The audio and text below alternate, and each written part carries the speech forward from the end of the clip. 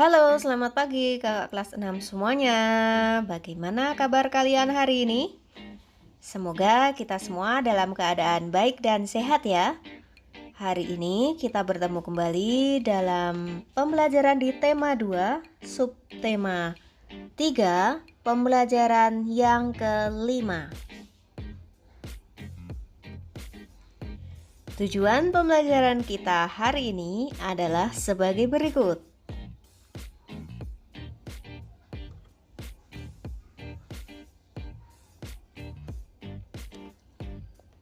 Kakak kelas 6, bersatu kita teguh adalah semboyan bangsa Indonesia dalam mewujudkan persatuan dan kesatuan. Apakah kamu masih ingat arti dari semboyan tersebut? Ya, jadi bersatu kita teguh artinya seluruh masyarakat Indonesia dengan keragaman budaya, suku, bangsa, dan agama bersatu menjadi satu kesatuan sehingga tercipta kekuatan yang luar biasa. Apa makna semboyan tersebut jika dikaitkan dengan makna upaya mengembangkan kesejahteraan rakyat di awal masa kemerdekaan Indonesia? Nah, ayo kita cari tahu di pembelajaran kita hari ini. Upaya bangsa Indonesia meningkatkan kesejahteraan rakyat di awal masa kemerdekaan Indonesia. Pada awal berdirinya Republik Indonesia, keadaan ekonomi Indonesia sangat buruk. Hal ini disebabkan oleh berbagai hal, diantaranya harga barang-barang mahal akibat inflasi dan adanya blokade ekonomi oleh Belanda. Berbagai upaya dilakukan oleh pemerintah beserta rakyat untuk meningkatkan kesejahteraan, diantaranya sebagai berikut. Pada awal kemerdekaan, pemerintah dan rakyat Indonesia belum sempat melakukan perbaikan ekonomi secara baik. Baru bulan Februari 1946, pemerintah mulai memprakarsai usaha untuk memecahkan masalah-masalah ekonomi yang mendesak. Upaya-upaya tersebut meliputi pinjaman nasional.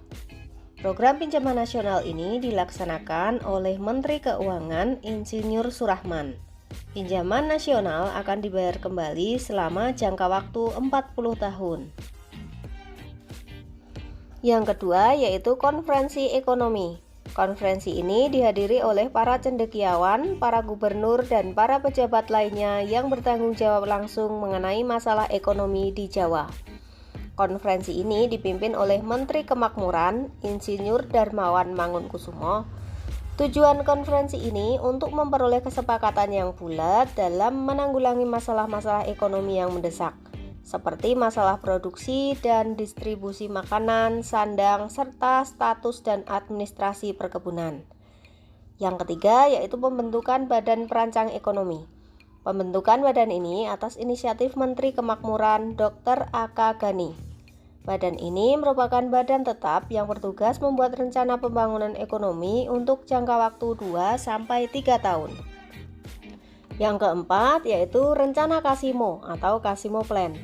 Program ini disusun oleh Menteri Urusan Bahan Makanan I.J. Kasimo.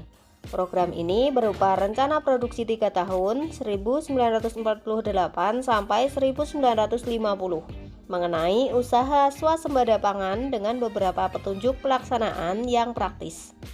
Untuk meningkatkan produksi bahan pangan dalam program ini, Kasimo menyarankan agar yang pertama, menanami tanah-tanah kosong di Sumatera Timur.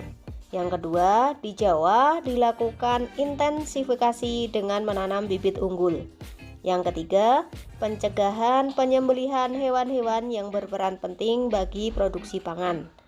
Selanjutnya, di setiap desa dibentuk kebun-kebun bibit. Dan yang kelima yaitu transmigrasi.